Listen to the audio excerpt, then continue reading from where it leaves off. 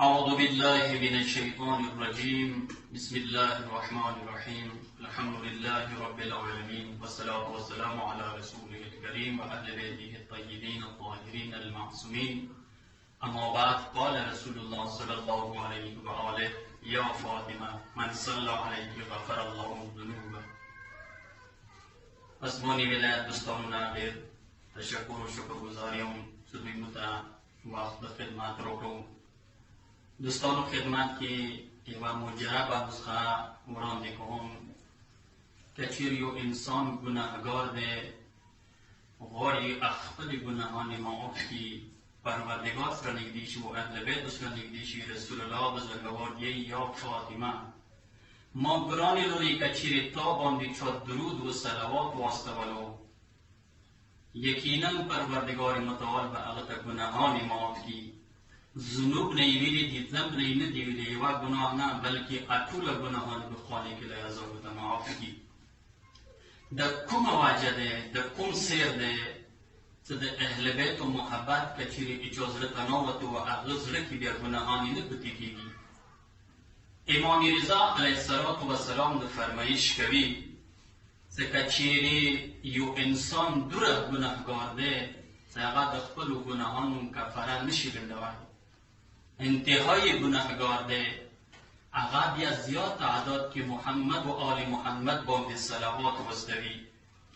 دغه صلوات دوره اثر لري چې د انسان بدن کې ګناهانی که چېرې د غره مخایوي هم هغه منهدمې کېږي و ختم کېږي د اهل بیت و محبت سره.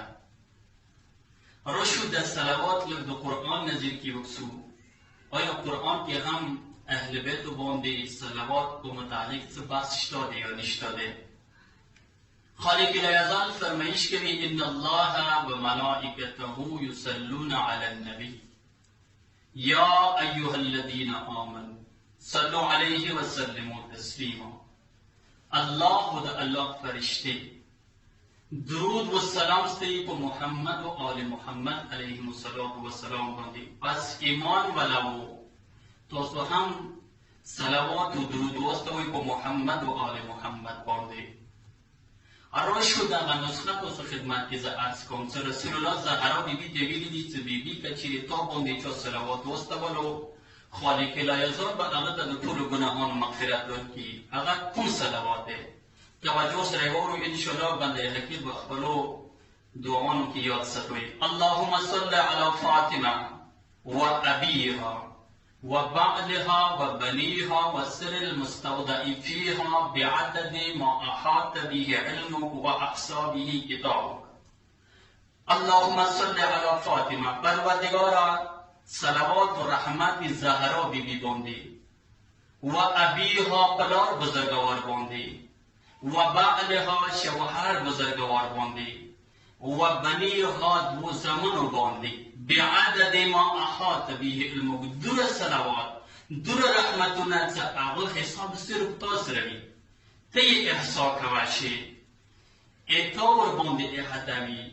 یعنی پروردگار متعال ځنه رحمتونه و برکتونه چې هغه خپل حساب کې ساتي، د ملایکو حساب نه بهر دي، هغوی نه یو صلوات محمد و آل محمد علیهم السلام باندې.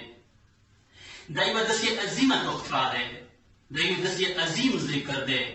کله دغه ذکر سره چوبمعنوس شول، محبت یې پیدا وکړو، دغه ذکر د انسان زړه ته ننوتو، داسې انسان بیا ګناهانو ته نږدې نشي کېدی، دا انسان بیا پاک وي.